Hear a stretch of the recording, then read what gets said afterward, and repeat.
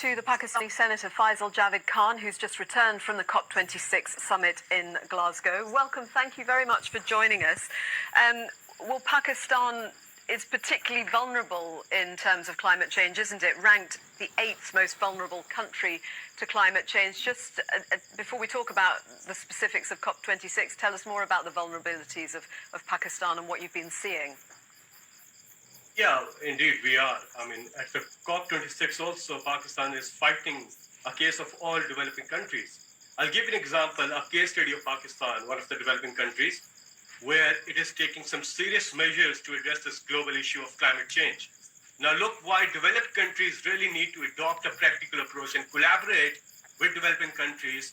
Pakistan contributes less than 1% of the global greenhouse emissions, but yet we are constantly among the top 10 countries impacted mostly by the climate change. Now, Pakistan is not part of the problem of climate change. However, we have chosen to be part of the solution.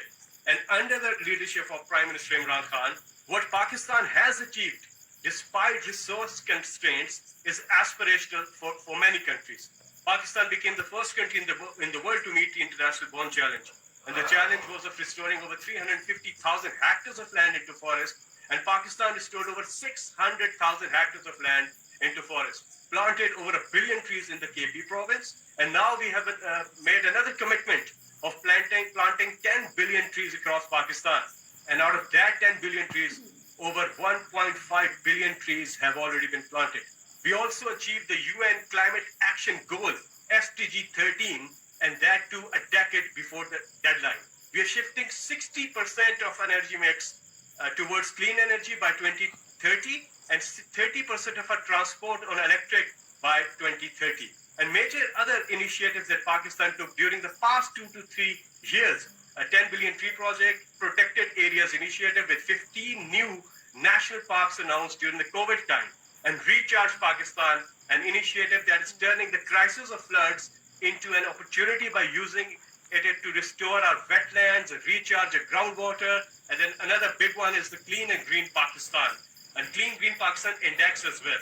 Electrification of transport and ecosystem restoration fund.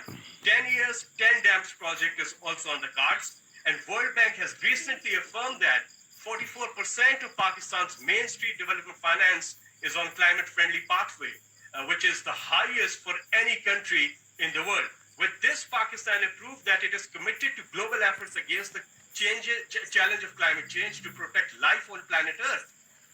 On its part, Pakistan is fully committed to play its role in addressing this global issue. It is the matter of future generations, but we cannot do it alone. COP26 shouldn't be talk.